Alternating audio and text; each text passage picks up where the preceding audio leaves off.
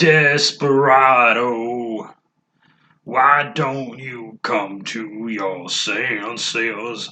You've been out riding fancies for so long now.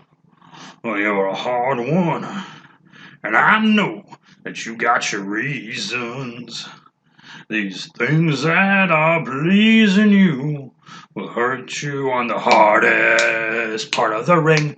The hardest part of the ring. Sometimes you go over the top rope and you bang your head on the ring apron, knock it off.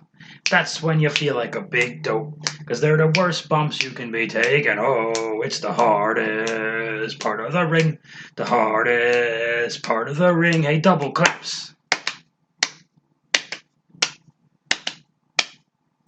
The hardest part of the ring.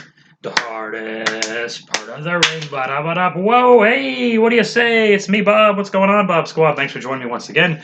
Hardest part of the ring. Very late for the. It was so late I didn't even want to do the second verse of the song. I did Desperado for no reason whatsoever, just to change it up. But that's how late we are. We can't waste any more time. Sorry about that, guys. I've had some job interviews and whatnot. I got to take care of things. But I wouldn't be surprised if there's an extra bonus this weekend on the channel. So, hey, I try to make it up to you. Oh, what's happening on NXT this week? Oh, good gravy. This is the go home show, meaning go home and stay there for this Sunday's. Oh, geez, I got to do that too. Oh, crap. For this Sunday's NXT Takeover Extravaganza on the WWE Network on Peacock, featuring The Office, which is hilarious. They advertise The Office every 18 seconds, as if everyone doesn't know what that show is. I guess over in England there was a show with Ricky Gervais called The Office, and in America we ripped it off and did a thing and made it nerdier or something. And a bunch of improv nerds they do like a forced funny where they just do every funny, wacky thing down your throat telling you they're funny instead of anyone just being funny.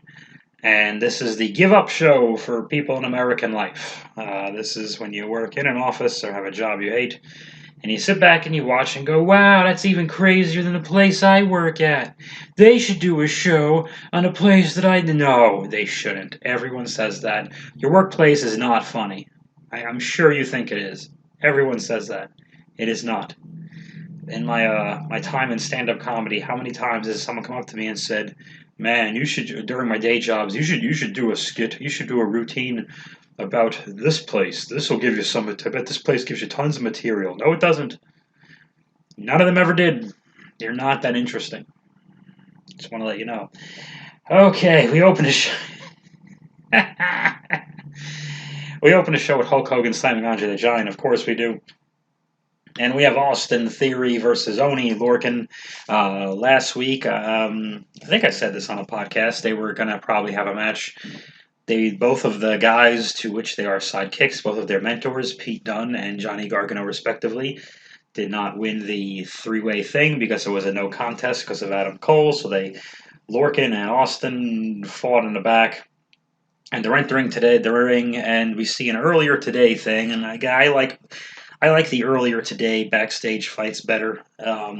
This one was good too because they just started the little skit in the middle of this impromptu fight, because I really hate when it's, why would the camera be rolling otherwise? It makes more sense for a fight to break out and be like, oh, let's break it up. And as it's being broken up is eventually, by the time, that's when you get a camera there. So I like that aspect of it. They're trying. Whenever I have to go off about Raw or whatever, I always have to go, NXT, we're trying. Oh, Lorcan and Austin have their match. And again, this is two heels, so it's hard to really sink your teeth in it one way or another. Oh, Pete Dunne and Gargano run out anyway. Only Lorcan goes over. There's just a bunch of distractions, nothing really to write home about. And why would I write home? Bother my mother with this. Only Lorcan does win the thing, which is good. I've kind of given up on Austin Theory. I know he's super talented. I kind of also don't care. But, I don't know. I think he's one of the people who should have got fired with the mass sexual offenses things. Was he sending pics to a 13-year-old or something like that? Why is he still there? Anyway. Oh, we have two skits back to back that I like. How about this? LA Knight. Of course, you know I'm going to love it. LA Knight is back, and he is in his big rich house, and he's in a hot tub, and he's explaining with two gorgeous girls on each side of him. Well, one on each side, but there's two.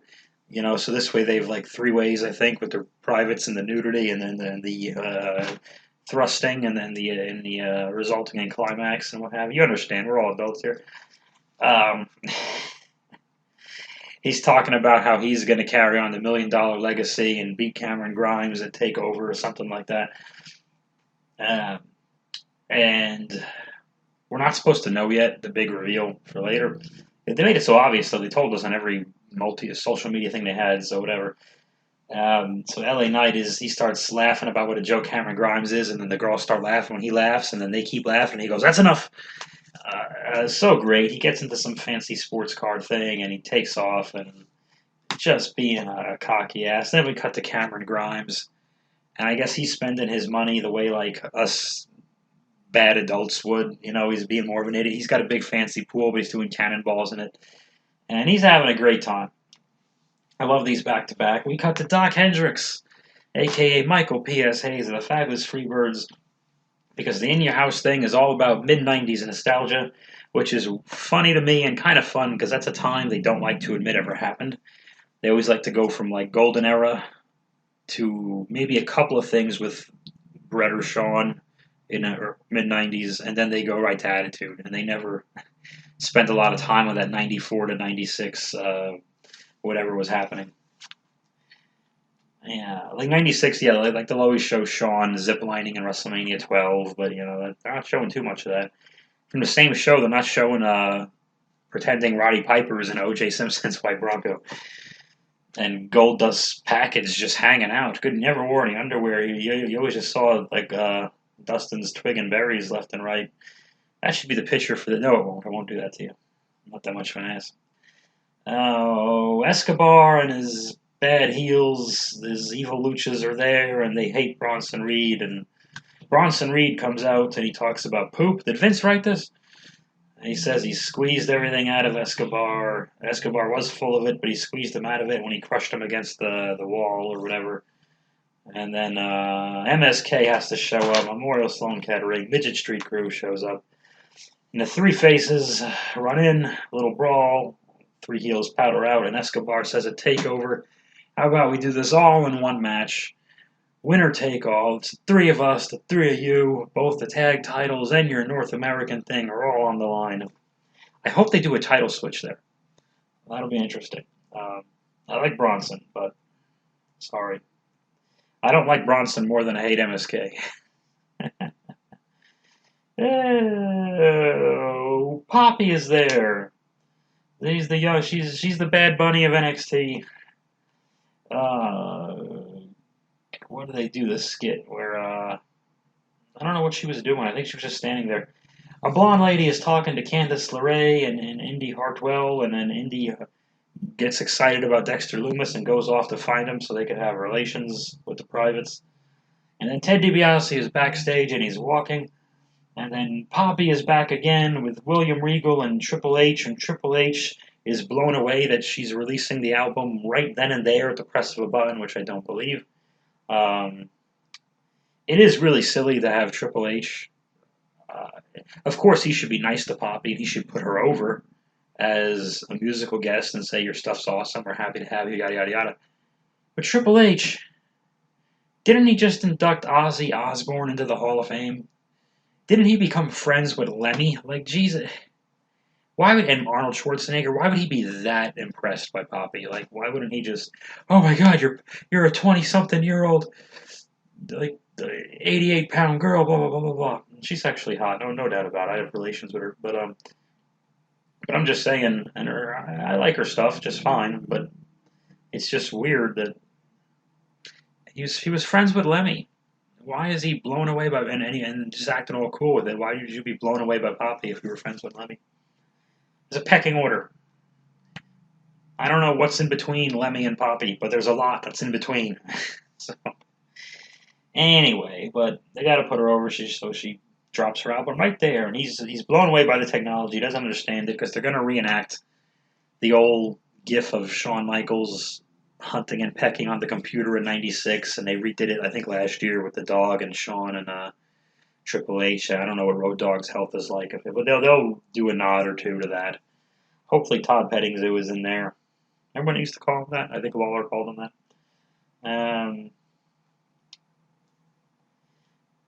They didn't find an excuse to redo the hog pen match in any of these in your homes. Is that what we call it? Okay. Jesus. I lost my place.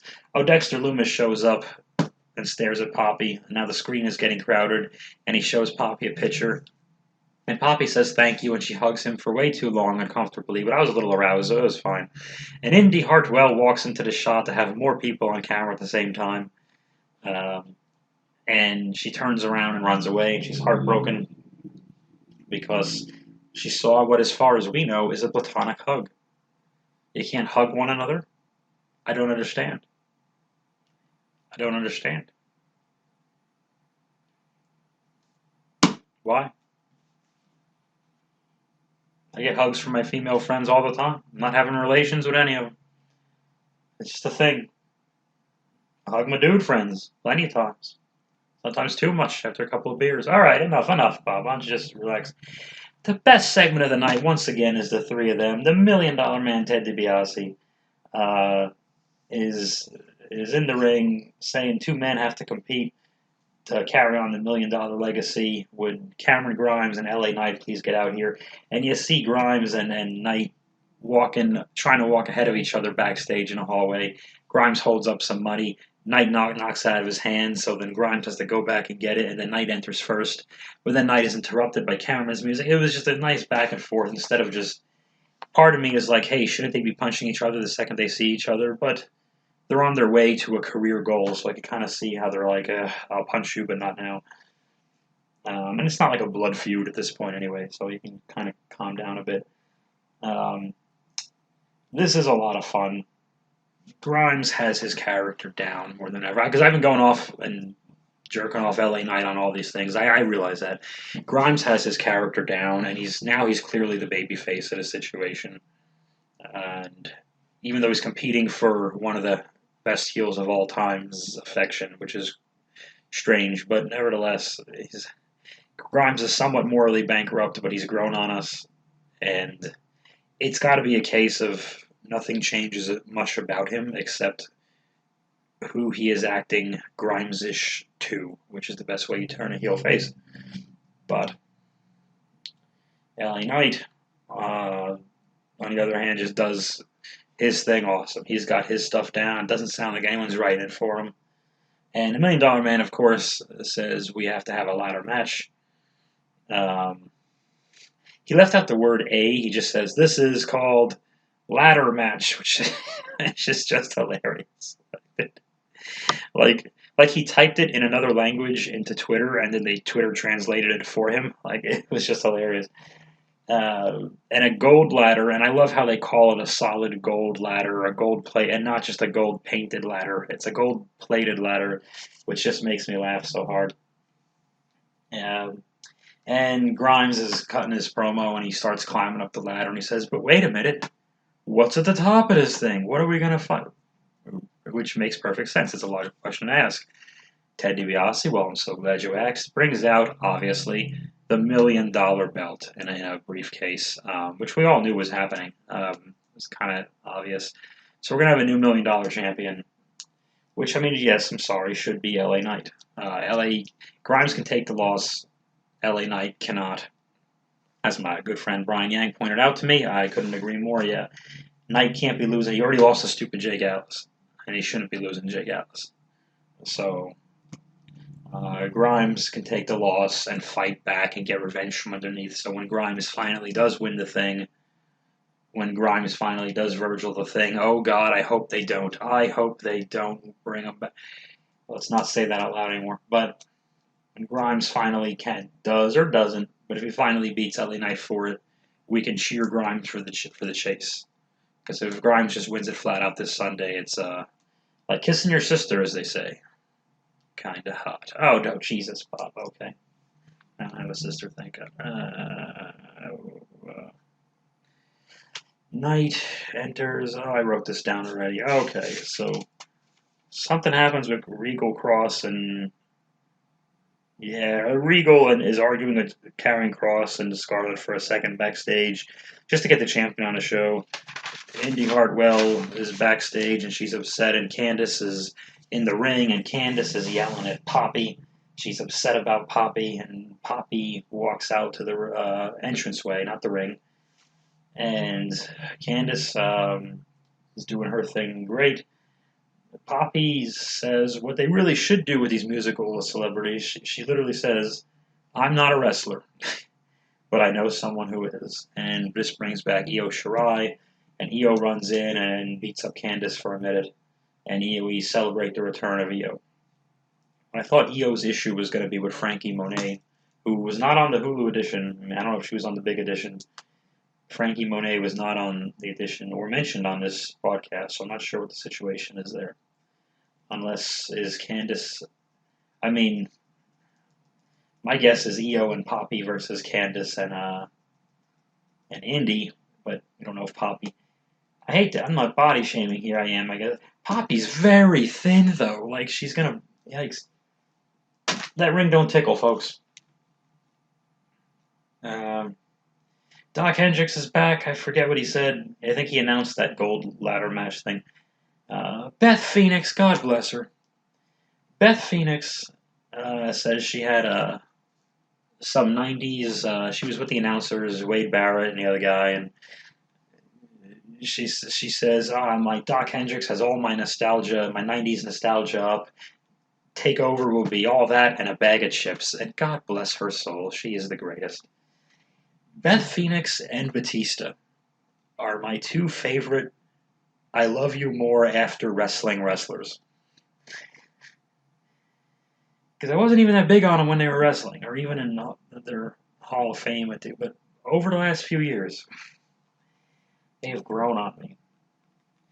Beth was like a guest, like a part-time vintage nostalgic guest in the Rumble, like I think the year before last, the 2021, where she was all with the last one with people, and she was all bloody, and she could have just gotten thrown out right there, and she stayed in the thing for like 40-something minutes or whatever the hell it was, with like a bloody scalp, and just all busted up, and don't fuck with Beth.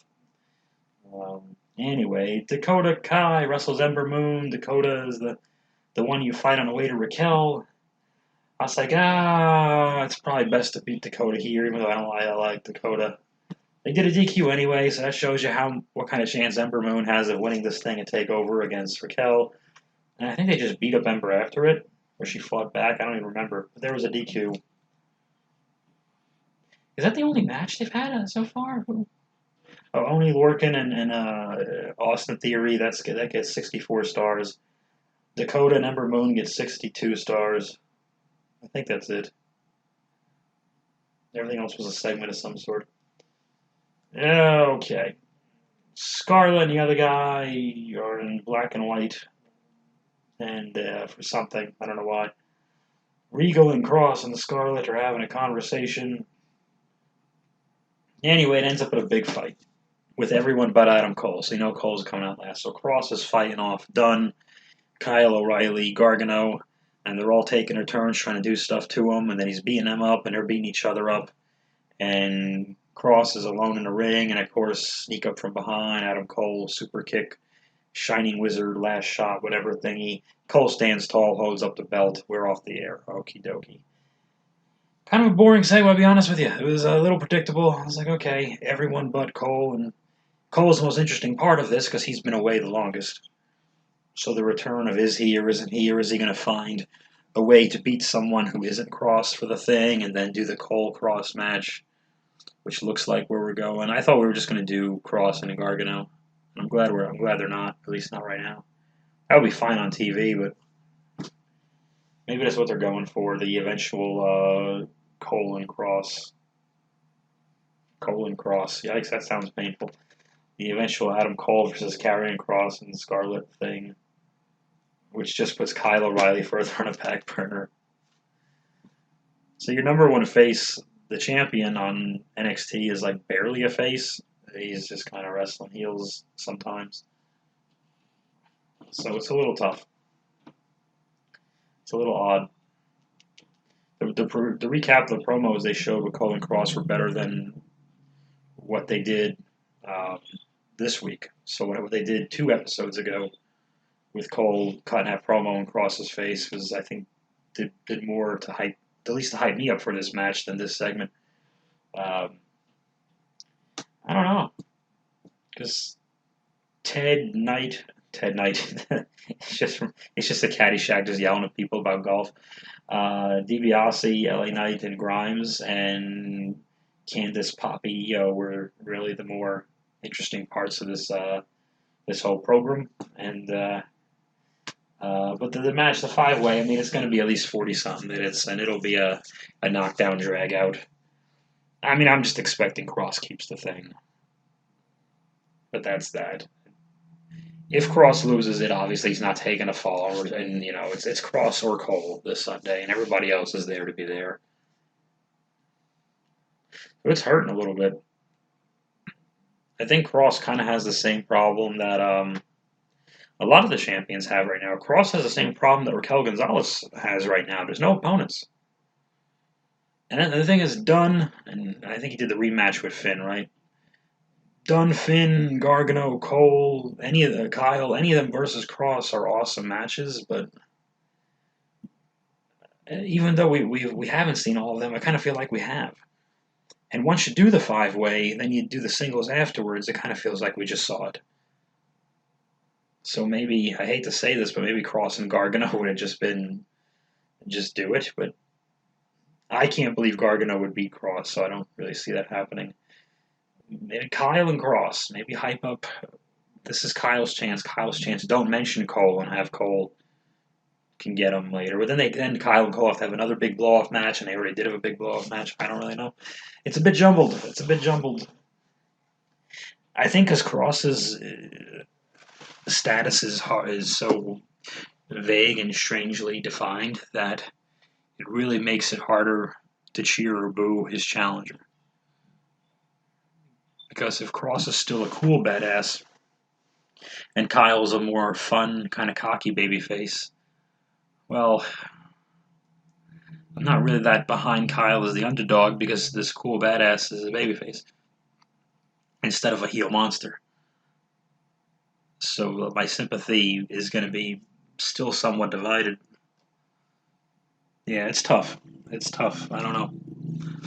Hopefully the action just makes up for all of it. Okie dokie. Episode 2 of Beachtown Podcast is up on that channel. Find Beachtown on YouTube.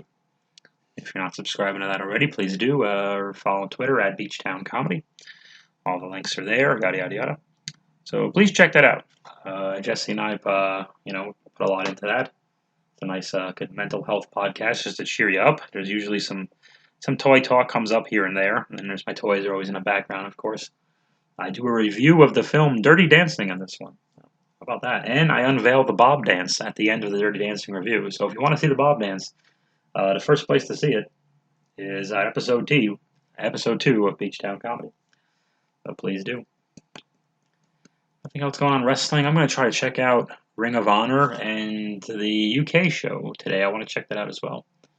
I have not seen the Marvel Low-Key show yet, but I'm sure that's an easy... I think it's only 1 episode, so I'm sure over the weekend I'll get that in at some point.